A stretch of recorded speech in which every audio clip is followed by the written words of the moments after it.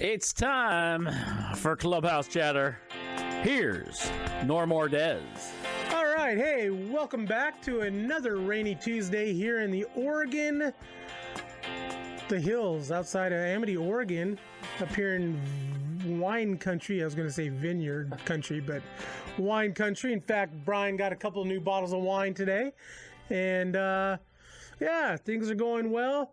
Hey, we lost another Hall of Famer today. Monty Irving passed away today, and he was the oldest living member of a championship team. They won the title back in '54. Hey, Jim, did you know Monty? I did not know.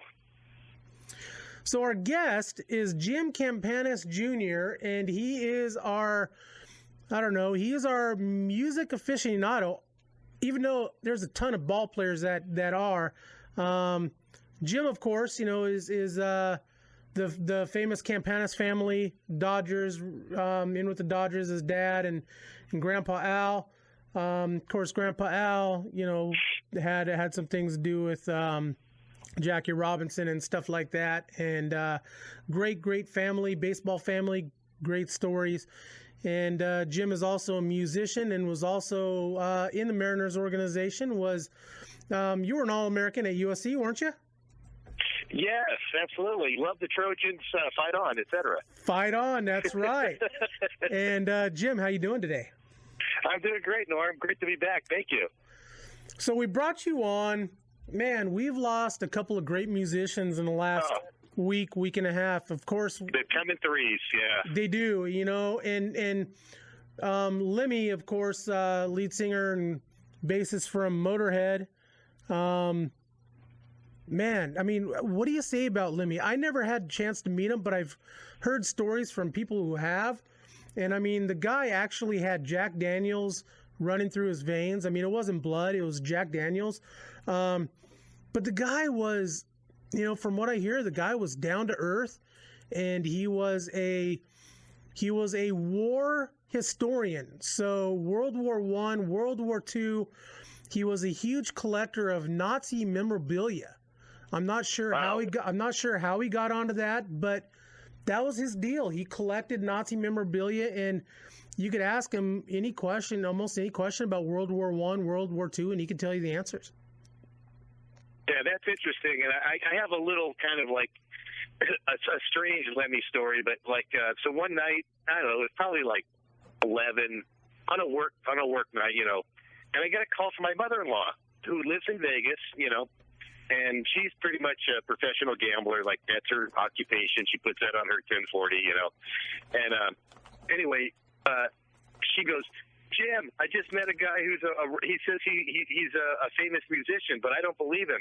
So I said, well, let me call my son-in-law, because he'll know if you're actually famous or not. And she hands the phone to Lemmy, and I talked to Lemmy on a phone from a bar in Vegas with my mother-in-law. And I talked to him for like a minute, and I'm like, yeah, that's him. I can tell by his voice, and I just did nothing but compliment him on his work and, blah, blah, blah. And he was super cool and gracious, and I can't believe he actually did it.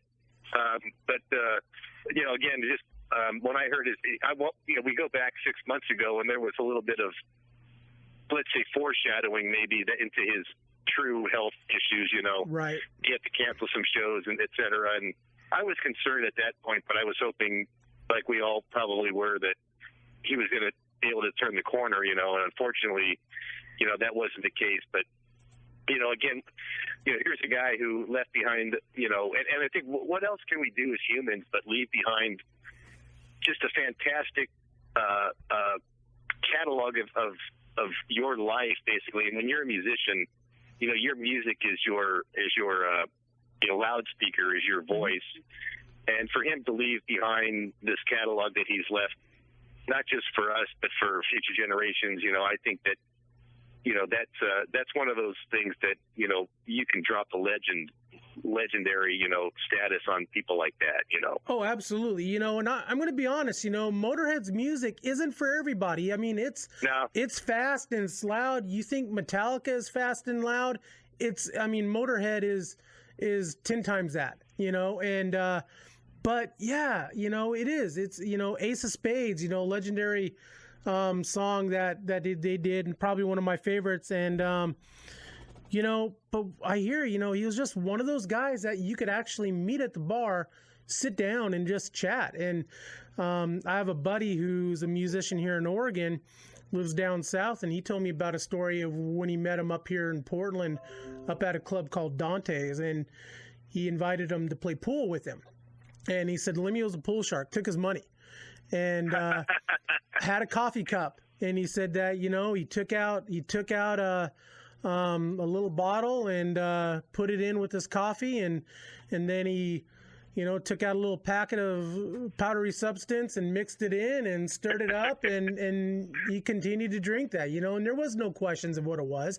I mean, you have, ideas, but, the fact that, he played pool and took like $200 or $300 from a buddy, was kind of cool. And, but he said he was down to earth, signed a pool ball for him and got a couple of pictures, and then he was off and running. But, the second musician, was a shock. He just released an album last week. Pictures are starting to come out now of him on Friday, and he didn't look terrible. I mean, he didn't look bad. And that was David Bowie. David Bowie, is a legend, and there is no question about it. He changed music for a lot of people, and, like him or not, he went through his stages, from Ziggy Stardust to, I remember in the 80s, I'm an 80s kid. And so, kind of the dance disco kind of music that he had, China Girl, Let's Dance. I mean, Bowie was a legend. And I know for a fact that I've heard Bowie I've heard both of them, Lemmy and Motorhead and Bowie in clubhouses. And, man, it's sad. David Bowie's gone. Can you believe that? Well, and, I was thinking about, kind of like how we look at people, and I'll include Keith Richards in this, like indestructible, immortal, eternal kind of beings, and their music, makes that, and then I just mentioned this earlier, like, you hit this legendary status when you've got, every like 10th song on the radio is one of yours, like David Bowie, and, it does. It's sort of like, for me, it was like, wow, it was like kind of a wake up call. Like, geez, these guys kind of lived a rough life, and they contributed a lot, but at the same time, perhaps it was at the cost of years on their lives for the gift that they gave to us. And, I look back at like David Bowie, just a few things that I remember. He let some like cool kid from Texas play guitar on a couple songs, and the guy ended up being Stevie Ray Vaughan. And yep. and he put him on big time songs that kind of turned David Bowie himself into like another, the guy who we always think of as a chameleon, another color, and that kind of blue color came out in Stevie's singing. And again, Stevie Ray Vaughan died on my birthday in a plane crash when I was still playing ball back in the 90s. And, it's just funny how sometimes we just find these little connections to these people because we're drawn to them by the music. And I feel like, with David Bowie, here's a guy who I remember when I was 7 or 8 years old watching him on like the Mike Douglas show and Ziggy Stardust and asking my mom, is that a guy or a girl? But that song's pretty cool, Yep. And I might have been 8 years old, and then to look back and to see what that sort of weird looking dude did and changed into, isn't that what kind of we all do? Every few years we all kind of metamorphose, reinvent ourselves a little bit, Yep. Do you know that? So Lazarus came out last week, and it is. I read something about it's going to hit number 1 on the Billboard charts this week, and that will be his very first number 1 album, which blows my mind. I mean, I was looking to be it as a misprint, but I couldn't find anything else on it. But it is going to be his very first number 1 album for his career, which, like I said, blows me away. Yeah, I think he was probably dealing with Michael Jackson back in those early days. Kind of tough to knock that guy off the charts, but yeah, and I listened to a couple of those songs, and also was listening to the lyrics pretty closely, and it was almost like he was basically doing a eulogy, yes. His own eulogy, and I thought that was like, who else but David Bowie would be able to pull that off? You know what I mean? Yep. And so I haven't been able to really listen to the album, but I'm really interested now as I learned kind of what was really behind it and why it came out and why it's called Black Star, and like wow, here's a guy who knew what the end was coming and did it anyway. And I think we would all aspire to be as courageous, faced with the impending end. I'm sure he knew. I'm sure the doctors told him what he had, left, and so he did it anyway. The story is that he had known the last year year and a half, and so he's been battling this a year and a half. I don't ever recall hearing David Bowie fighting cancer. No, and so to keep it under wraps like that, what a showman, and he went out on his own accord. He went out, I don't know if he went out the way he wanted to go out, but, he released those pictures, from last week, and released that new album, and Black Star, like you said, it was a eulogy. What a way to go out. I totally agree. And I just think we were lucky to be in the same generation or same, lifetime as that guy, as David Bowie. And in that it just sort of shows how, and I don't want to, Madonna kind of, other artists have been able to reinvent themselves and keep themselves viable for many years. He was viable for 60 years. Yes. He was and it's like, wow, and he was still as cool and as transcending and as different today as he was when he first came out in the 60s. And how many people can you say, and everybody respects him immensely for, and I guess, there are people who want to be artists, and there are people who are they just ooze artist, and that's David Bowie, and we're all going to miss him. That's for sure. And like you said too, it was a surprise to me because I really wasn't aware that he was in a health situation. I just thought he was taking a little time out here and there but I knew he was making a record, so I kind of well, all right, cool. We'll see another tour and another set of videos, etc. But yeah, I was just as shocked as I think as most people were about his passing. So a little thing, I was watching some YouTube videos yesterday, and so the David Bowie song with Freddie Mercury and Queen, Under Pressure. Right. My favorite all-time song of Bowie's, though, is the little drummer boy that he sang with Bing Crosby. Yeah, that was cool. How cool is that? Bing Crosby, a legend, and for him to sit down and sing his son that song was pretty cool. But yeah, Marilyn Manson came out today and said that Bowie was the reason that he got into music and to be different, because Bowie was different, and definitely music world hurts today, and we'll definitely miss David Bowie and Lemmy.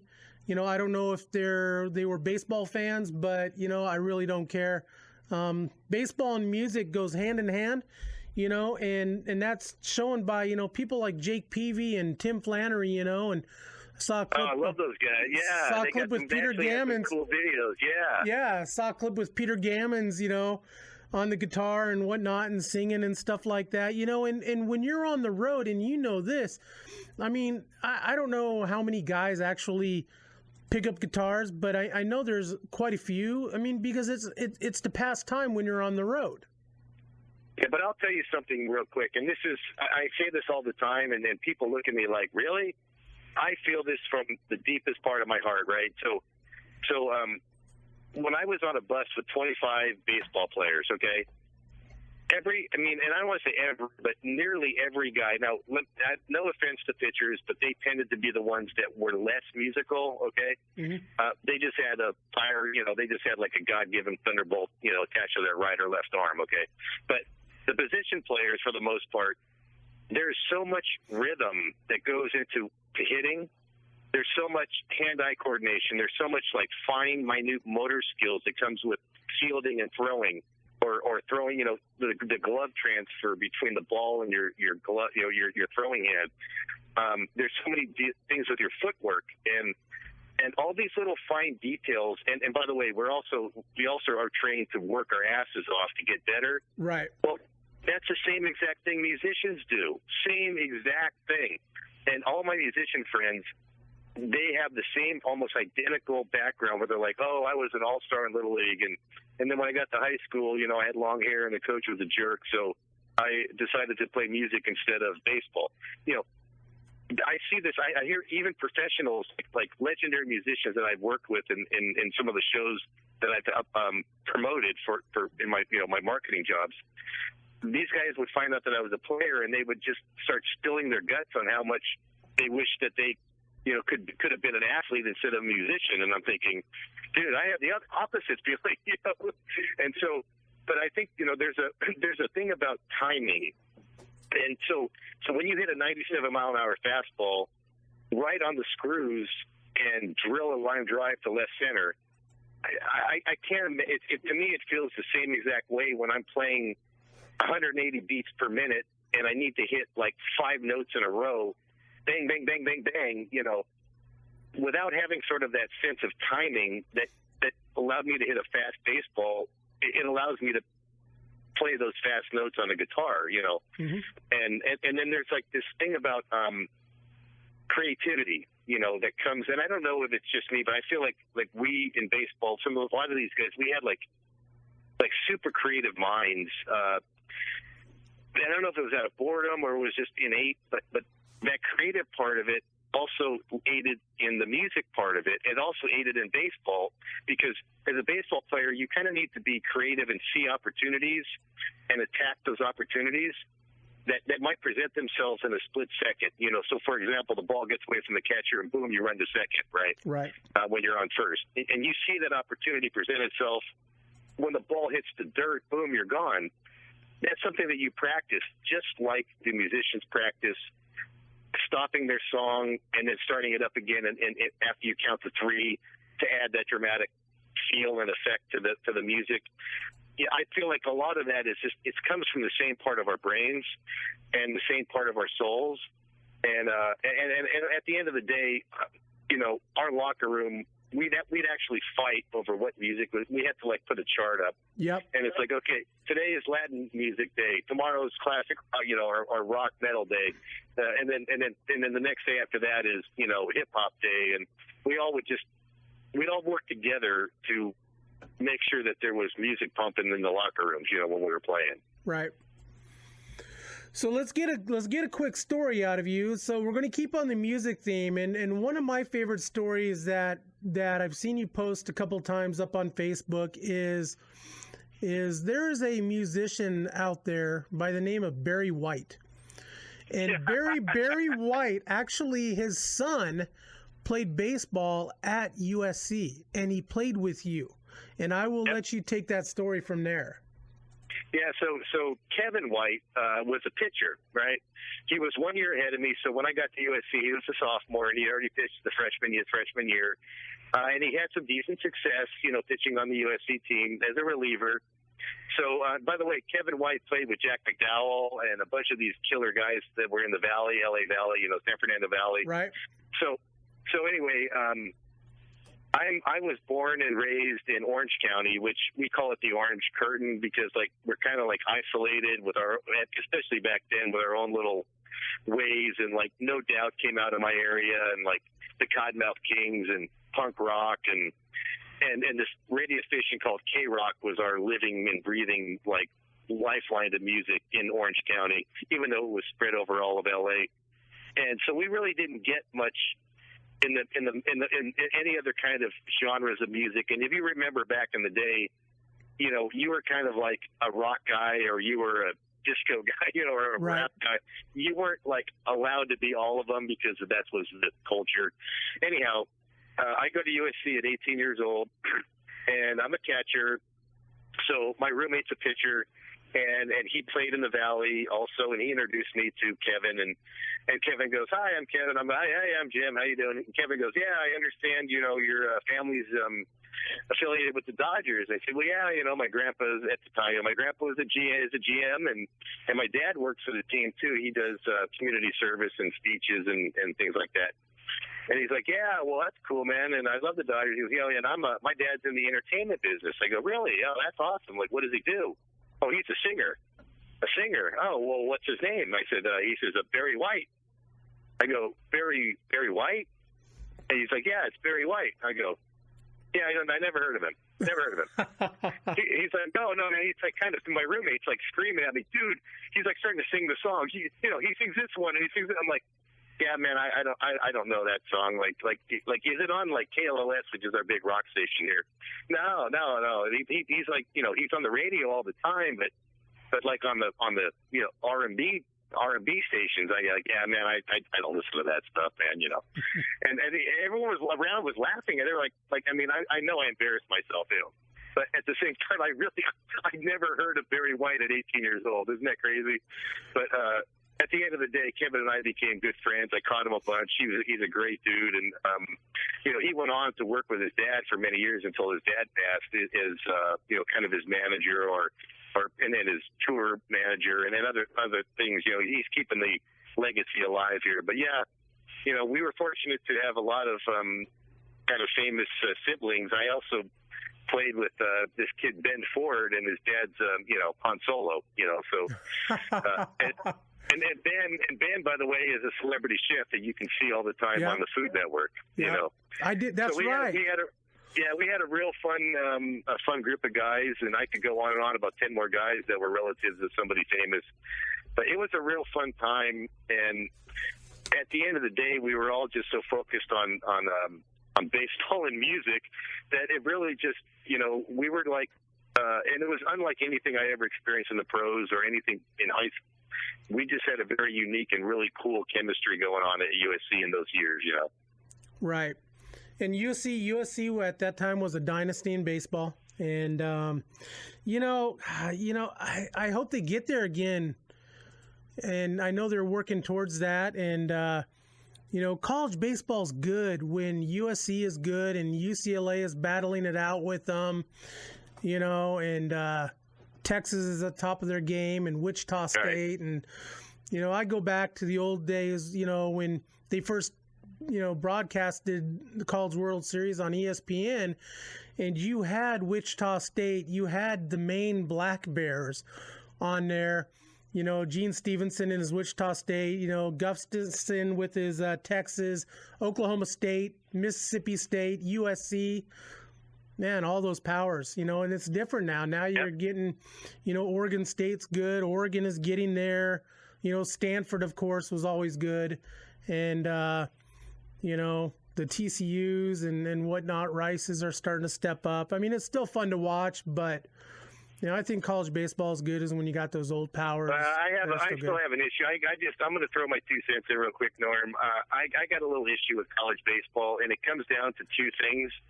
Number one is they eliminated our winter season. And I know, we're lucky to be in Southern California and where our weather, like except for this year, has been, for the most part, you can play baseball here year round, okay? Right.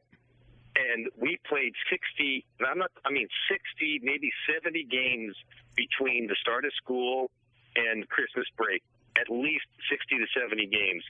Those games were unbelievably important in my personal development.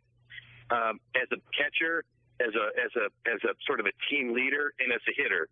And I can't imagine what these poor kids go through now, where they're not even allowed to really play real games in the wintertime. I think they're allowed like 4 or 5 games, but it counts towards their 60 games that they're allowed to play during the regular season. Right. And then the second thing are those stinking bats. Yeah. I mean, I know it's to protect the pitchers.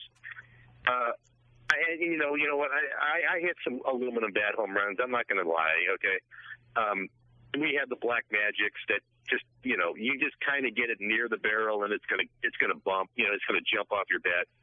I understand that, but I think there's maybe a compromise between, and I've used these bats in like the alumni games, and it's like a piece of wet newspaper. Right. You're better off using wood. Honestly, you're better off using a wood bat, because if you hit one on the screws with a wood bat, it's going to go further than a BB core. Right. But like I said, I understand the dynamic of that. But what's happened to college baseball is like, you bunt with a guy on first now. Like, dang. Right. The game's turned into like mini ball, and a guy will just, a guy who's going to hit 30 home runs in the big leagues in 5 years, he can't hit one out of Omaha now with right. a BB core bat. And I saw that happen over and over and over again in the last few College World Series. So I'm sorry, I'm on my little soapbox right now. But yeah, that's fine. That's why we get you on. I hit more home runs my junior year than the entire USC team did in like 2 years, okay? Wow. So I had 23 home runs, and I think the team had like 9 and 10 in 2 consecutive years a couple years ago. I had 92 RBIs in a 60-game season, and like their top 7 players didn't have 92 RBIs or something like that. And, to me, it's just like, I love baseball, but man, I don't like watching a pitcher throwing 82, getting guys out and having to bunt with a guy on first. Right. Let's see some offense, Yep. So I'm sorry, I'm getting off my box. That is fine. I was gonna ask you how are record sales, by the way? So that's the fun part about the music business. They give you the 6 months. So all I know is that so we're referring to the fact that I wrote this song called Sink or Swim. Put that on YouTube. There's a YouTube video. It probably has 60 or 70,000 views now. Sink or Swim by the Cottonmouth Kings. So I'm on their Crown Power album, which got to number 8 on the rap charts because I'm so hip hop, as you know. And at the end of the day, I don't know, because the music business is, and I'll step on another soapbox, is a little weird. And I've actually had to register as a songwriter with BMI. And they give you a little app, and the app tells you, all the stuff that you're affiliated with as far as licensing and royalties and et cetera, et cetera.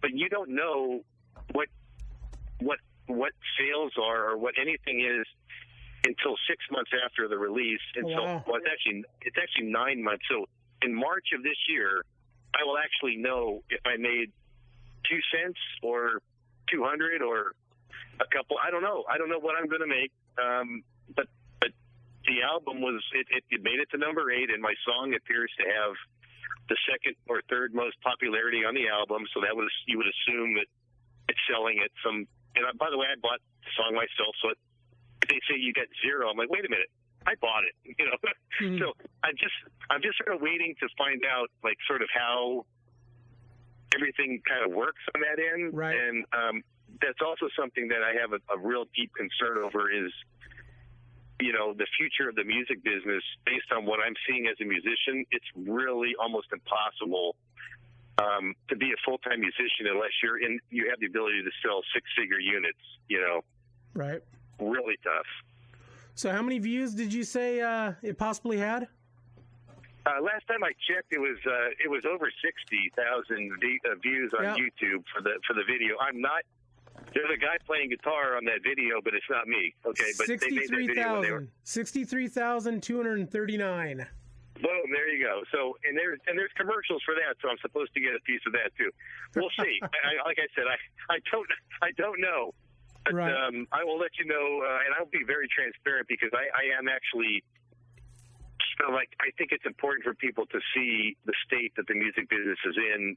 20 years ago, when you would have done the same thing that I've done, on paper, hey, number 8 album, 20 years ago, that would equate to significant money, and I don't think I'm going to see a whole lot. So, but that's okay. It's a dream that I had since I was a kid to do music and get it out there and let people hear it, and I did that. So I guess, the financial part's sort of like a gravy, Yep. All right, so once again, Mr. Jim Campanis Jr. Jim, it's always fun having you on. Love chatting music and baseball with you. And thank you for coming on, and let's do it again soon. Anytime, Norm. I'm always a fan. And by the way, we're getting closer and closer. I think I told you I wrote that book, right? And so it's going to be coming out in April. Nice. And just getting the cover. It's called Born into Baseball. A bunch of stories. A lot of them you've read. But I'm tweaking some of it, and we're kind of organizing it. But I'd love to talk to you a little bit more about it as we're getting closer to the release of that book in a few months. Well, Brian and I were talking about doing a tour, a Clubhouse Chatter tour this summer, and we would like to hit like some of the minor league stadiums up down I-5 going into California. So we might be coming down towards you. So maybe Rancho Cucamonga or something like that. Yeah. And so, we definitely will let you know if we're in your area, and we'll get together and have some fun. First year's on me, and I'd love to. And by the way, I know a few of those guys. I've done some business with them in the Cal League. So let me know if you guys want to find a place. I know a couple guys, a couple emails. Okay. And see if we can get you in there. So one of my favorite places to catch a game is in Rancho Cucamonga. In fact, I got in trouble when I was a clubby in Lancaster in 2006. I commandeered a water gun. Big old water gun, and it was hotter than heck that day. We were playing at like noon because it was one of those education school day specials, and so we had a bunch of kids. Right. And so I had the water gun, the wind's blowing a little bit, and I'm sitting there firing that water gun up into the stands. And I could remember hearing walkie-talkies, hey, we need to find that water gun, find the clubby that's got it, and get it. And sure enough, they found me, and I was banned to the clubhouse. So, which is all right. I had fun. Well, I think Lake Elsinore is another perfect spot for you guys, and I think all the people that I played there, and a lot of the people believe it or not, back in '94, a lot of them some of them are still there. So. Yep. Let me know if that's a spot that's right off the 15 freeway. We can try to get you in there too. And Lake Elsinore has the best, or they had in 2006, they had the best tri-tip sandwich in the league. Oh. And so I don't know if it's still. Was that? Yeah, USC played a regional baseball game there, and I thought it would be so cool to go to my last professional stadium to watch my college team. And guess who I ran into? My Lake Elsinore trainer, whose son pitched for USC and is now a pro pitcher. Oh, how so funny. It was kind of like a super cool coincidence, and the more people you meet in life, you know what I mean, especially in this little small baseball world, the more coincidences you run into. So that was one of my favorite of all time. So Brian, Brian has heard stories of the Ladybugs, and Lake Elsinore was one of the stadiums where we dumped 25,000 Ladybugs, and just as a joke. And yeah, Lake Elsinore, like one of the best. I love staying there at the hotel casino, and good times. They always took care of us. That's right. All right, Jim. Hey, let's do it again soon. Hey, as always, Lauren, I enjoyed the time. All right, thank you. All right, take care. All right, once again, Jim Campanis Jr. and talking about the loss of David Bowie and Lemmy and music and baseball, and always good to chat with Jim. He's got some great stories. Baseball family, everybody talks about the Griffeys and, the laws and stuff like that. The Campanis family is one of the best in baseball. Brian, you got anything to add? I think it's great.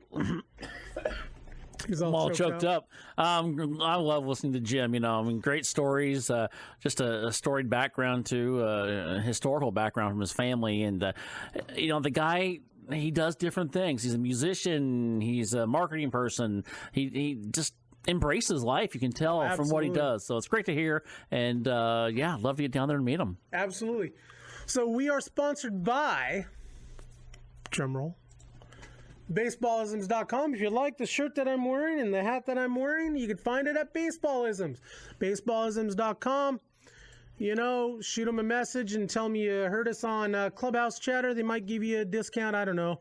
But those guys over there at Baseballisms.com, great guys, and Love having them on board. Also sponsored by BaseballDudes.com. To be the best, you must train like the best. Chris Gazelle up there in Vancouver, Washington, does a great job. Former Angels pitcher and pitching coach in their organization. And Base by Pros, Mitch Canham, skipper Mitch Canham of the Clinton Lumber Kings, building an athlete sports education. Check him out, basebypros.com. And Mark Canham, his dad, does our shirts for Clubhouse Chatter. So if you ever see us wearing a Clubhouse Chatter shirt, that's where it came from. MDM Designs with Mark Canham. We stream live every week, every Tuesday, yamhilltoday.com. Hey, we're looking for sponsors. If you want to sponsor the show, shoot me an email, normbo18@gmail.com. You can find us on Twitter at Clubhouse Chatter, 1T, Facebook, Clubhouse Chatter with Norm. We're on YouTube. We're also on MajorLeagueBaseball.com blogs. It is something new for us. We're starting to gain a little bit of steam. We didn't make the Hot 100 for 2015. We started in October. But we were, for the month of November, I think we were ranked 43rd. And so check us out. We'll post different shows up there, and check us out. I'm Norm. That's Brian. We are Clubhouse Chatter. At 6:15, we're going to have Vernon Wells. Not the former baseball player Vernon Wells, but his dad, Vernon Wells, and he is an artist. He is a Texas Christian University standout football player back in the 70s. Hey, find out what Vernon's got to say. 6:15. We'll be back.